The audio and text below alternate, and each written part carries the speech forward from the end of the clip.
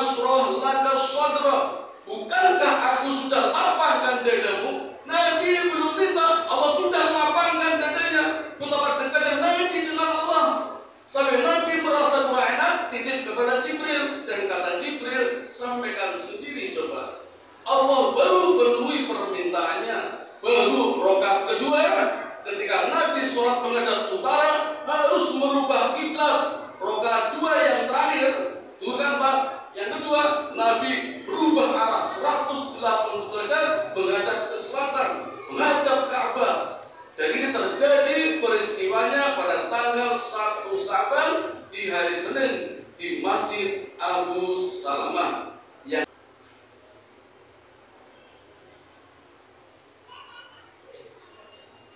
Alhamdulillahi Rabbil Alamin, wa bihi nasta'inu ala umuri dunya waddin, wassalatu wassalamu ala ashrafil anbiya'i wal mursalin, wa ala alihi wa sahbihi ajma'in, amma ba'du.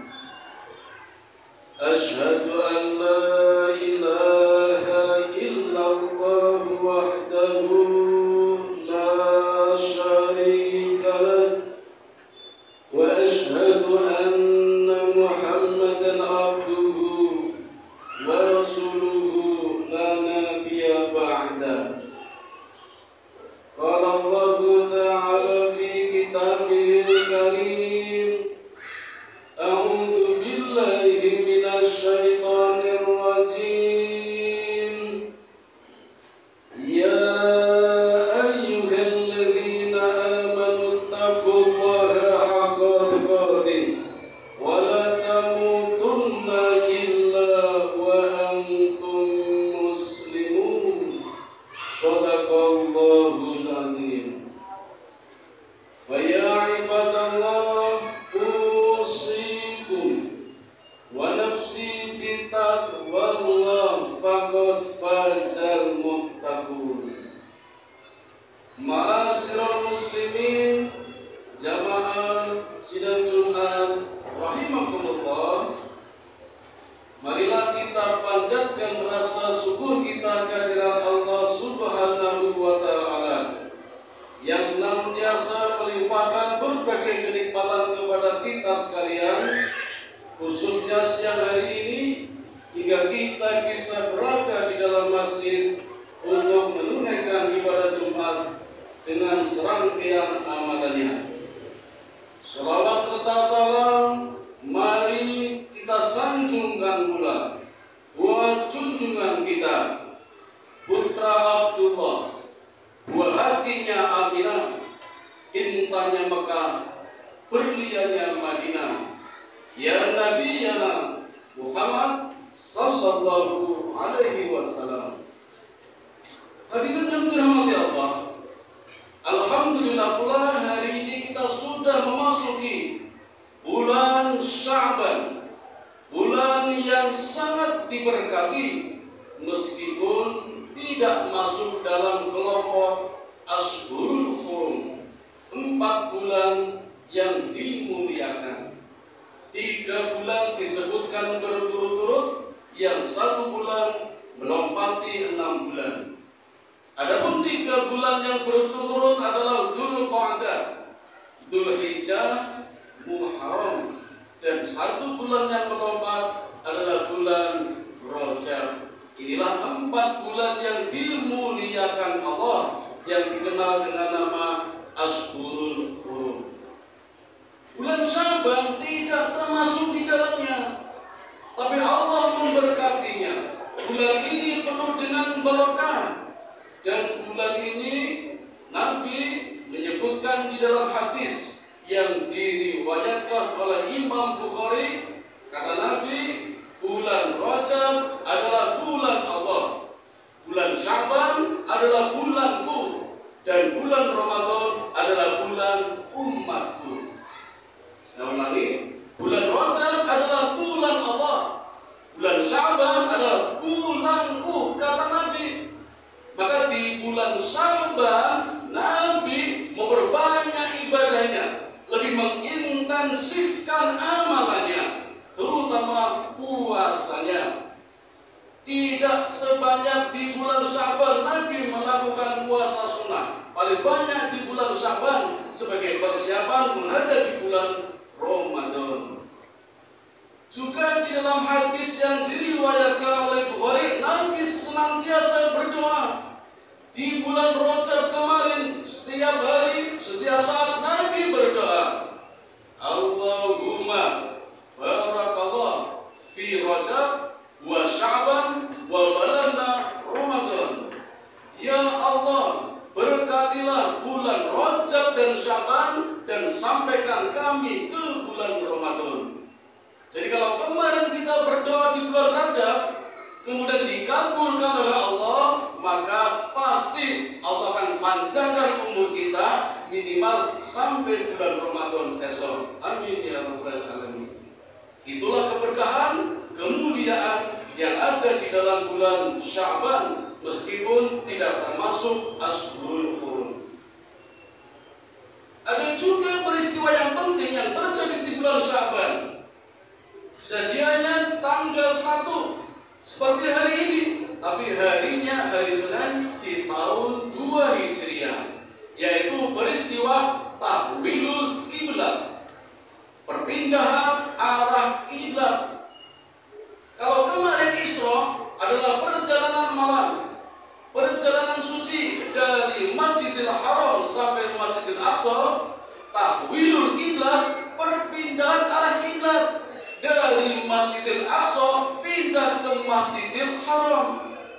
Jadi tadinya Nabi sholat menghadap ke utara, beralih menghadap ke selatan, karena Mekah, Masjidil Haram berada di selatan, sedangkan Masjidil Aqsa berada di sebelah utara. Ini terjadi pada tanggal 1 Sya'ban tahun 2 Hijriah.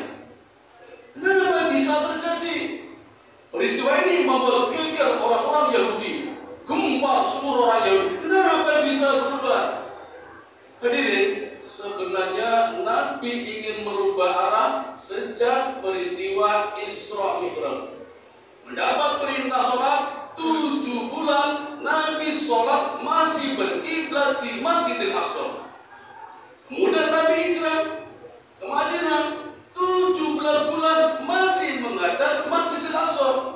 Nabi merasa kurang yakin, kurang mantap, karena Masjidil Aqsa yang waktu itu dibangga-banggakan oleh orang Yahudi itu dulunya adalah kuil Zahra.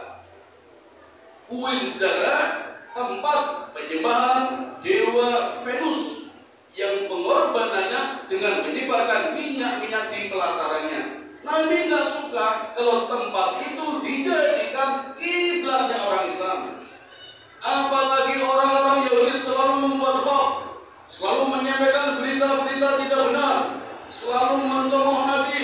Ya Muhammad tidak punya agama, Islam tidak punya ajaran, Quran hanya cuplikan dari Injil dan Taurat, Islam tidak punya kiblat, buktinya menghadap ke Masjidil Aqsa. Itu yang dilontarkan oleh orang-orang Yahudi. Nabi merasa resah, maka berdoa kepada Allah. Dan hadirin, kita lihat 2 tahun Nabi berdoa baru Allah kabulkan. Nabi manusia suci tanpa dosa 2 tahun berdoa baru Allah kabulkan. Ada apa ini? Kenapa tidak langsung saja? Mudah bagi Allah. Kenapa harus 2 tahun? Jadi kalau kita minta kaya, kemudian segera bisa, ya syukur. Tapi kalau lama, ya wajar. Nabi saja 2 tahun. Dan bukan doa yang kaya yang dia minta pindah arah kiblat 2 tahun Allah baru penuhi. Nabi minta, Allah baru memenuhi setelah 2 tahun. Rupanya Allah ingin menunjukkan dulu, mengangkat setinggi-tingginya orang Yahudi, baru dijatuhkan dan dipermalukan oleh Allah. Dan ini terjadi. Kejadiannya pada tanggal 1 Sya'ban di hari Senin tahun 2 Hijriah, saat Nabi berkunjung ziarah kepada sahabat yang syahid di medan juang bernama Bishr bin Barra bin Ma'run. Ibunya sendirian ditengok. Dan selepas ziarah, Nabi mampir sholat di masjid. Perhatikan, ini kebiasaan Nabi. Kalau Nabi bepergian, silaturahmi, berkunjung, bertamu, tidak akan pulang sebelum sholat di masjid setempat. Ini biasa Nabi. Jadi Nabi tidak membawa sholatnya di rumah, tapi sholat di masjid setempat. Dan ketika itu Nabi sholat di masjid Bani Salamah. Disebut Bani Salamah karena masjid bekas rumah Bani Salamah. Dijadikan masjid, dibangun oleh Aswad bin Qanam bin Ka'ab. Pada sholat duhur berjamaah, baru 2 rakaat Allah turunkan firman-Nya, Allah turunkan ayatnya. Ada di dalam surat Al-Baqarah, surat yang kedua, ayatnya 144. A'udzu billahi minasyaitonir rajim. Qad nara taqalluba wajhaka fis samai falanwalliyannaka qiblatan tardaha fawalli wajhaka syatral masjidil haram wa haitsu ma kuntum fawallu wujuhakum syatrah wa innal ladzina utul kitab liya'lamuna annahul haqq min rabbihim wa mallahu bighafilin amma ya'malun. Sungguh kami melihat wajahmu, melihat wajah Nabi Muhammad sering menengadah ke langit, tengok-tengok ke langit dengan rasa kangen, rasa rindu. Kapan kita bisa sholat menghadap Masjidil Haram, menghadap Ka'bah, bukan Masjidil Aqsa? Allah melihat, tapi Allah tenang-tenang saja tidak langsung mengabulkannya. Kadang Nabi titip salam kepada malaikat Jibril, tolong sampaikan ya malaikat Jibril. Kenapa tidak langsung saja kepada malaikat Jibril? Ini karena memang sangat dekatnya Nabi dengan Allah. Nabi sangat dicintai Allah, sampai yakin betul doanya pasti dikabulkan walaupun titip pesan kepada malaikat Jibril. Kan beda dengan Nabi Musa. Nabi Musa kalau berdoa, Rabbi shrahli sadri, ya Allah lapangkan dadaku, minta Nabi Musa. Nabi Muhammad tidak minta, alam nasrah laka sadra, bukankah aku sudah lapangkan dadamu? Nabi belum minta, Allah sudah lapangkan dadanya. Betapa dekatnya Nabi dengan Allah, sampai Nabi merasa kurang enak, titip kepada Jibril, dan kata Jibril, sampaikan sendiri coba.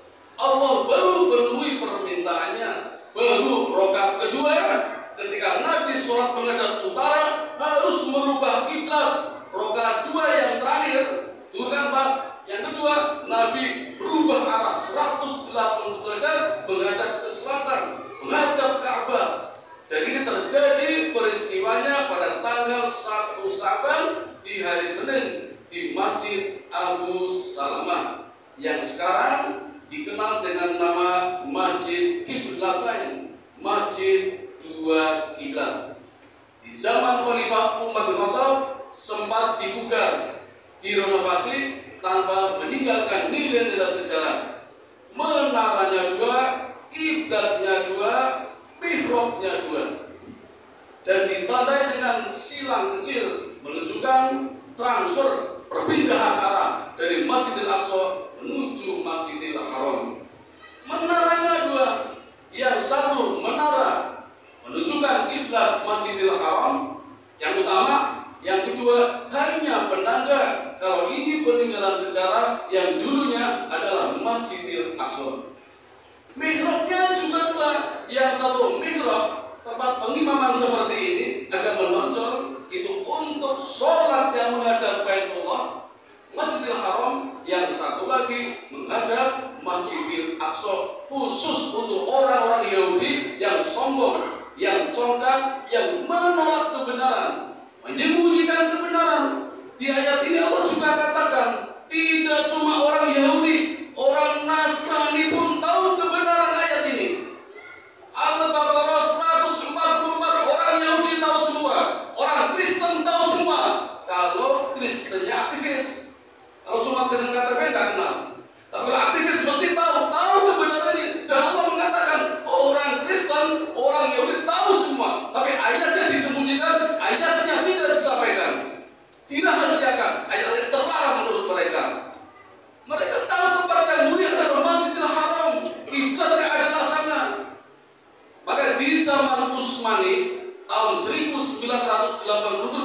mihrabnya dibuka, tinggal satu yang kiblat untuk Masjidil Haram. Yang Masjidil Aqsa cuma diberi tanda inilah peninggalan sejarah yang sekarang sedang diperebutkan oleh orang-orang Yahudi, orang Palestina diusir-usir.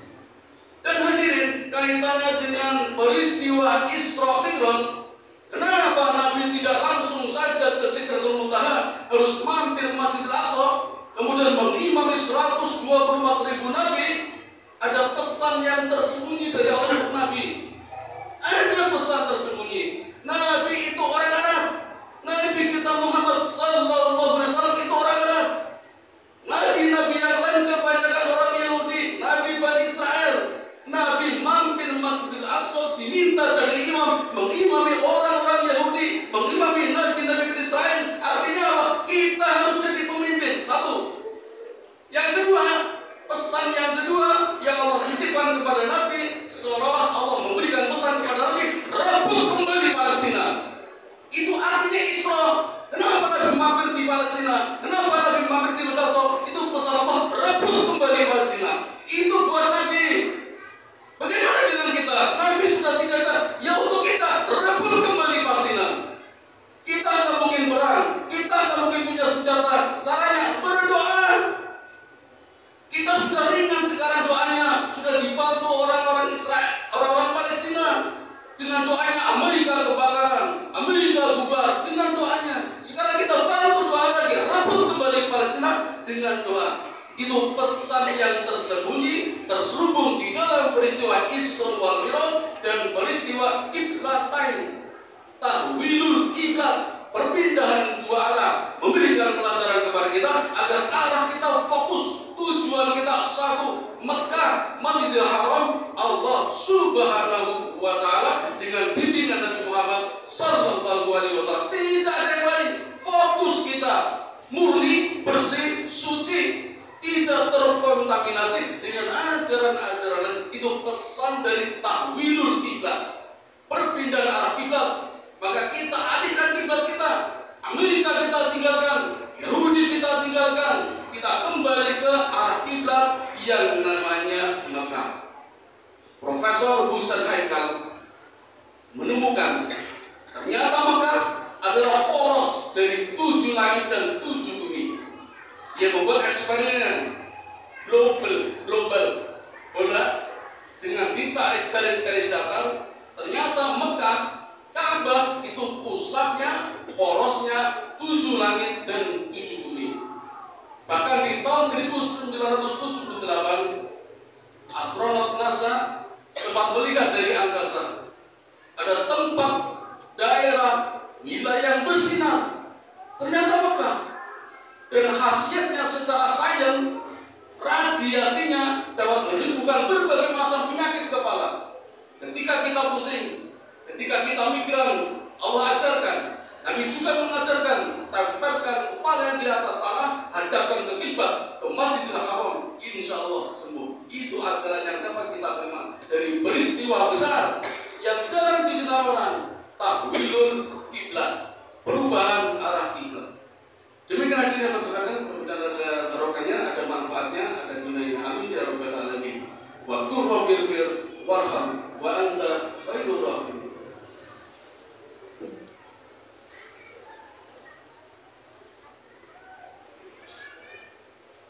Alhamdulillahilladzi hadana li hada wa ma kunna linahtadiya laula an hadana Allah.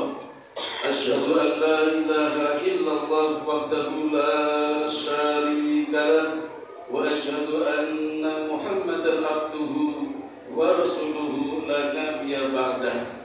Allahumma shalli ala sayyidina Muhammad wa ala ali sayyidina Muhammad. Qala Allah ta'ala fil Qur'anil 'azim, a'udzu billahi minasy syaithanir rajim.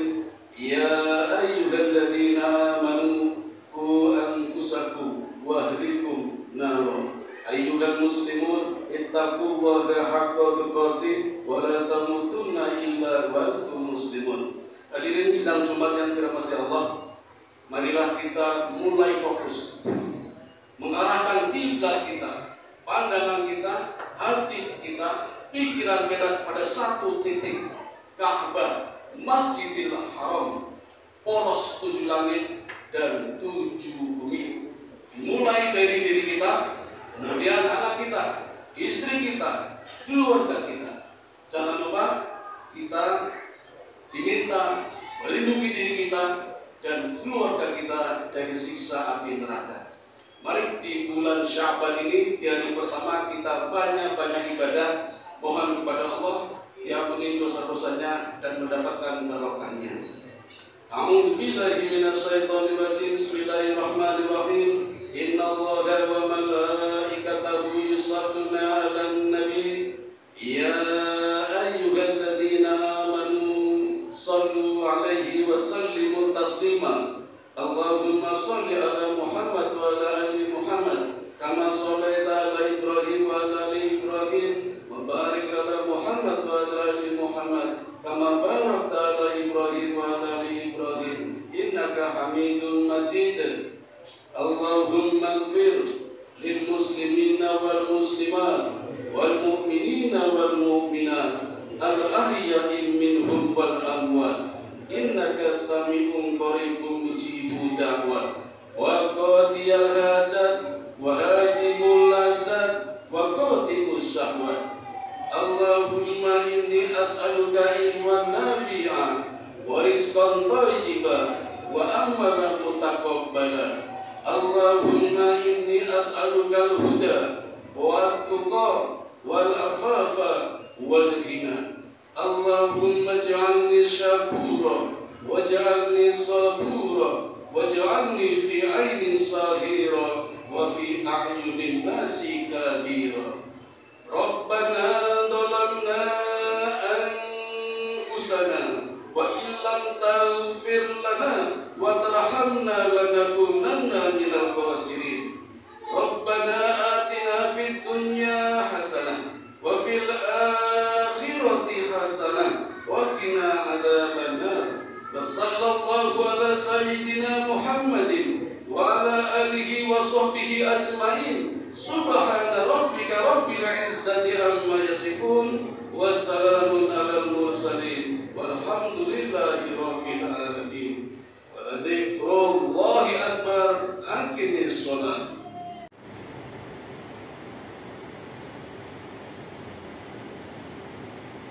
Allah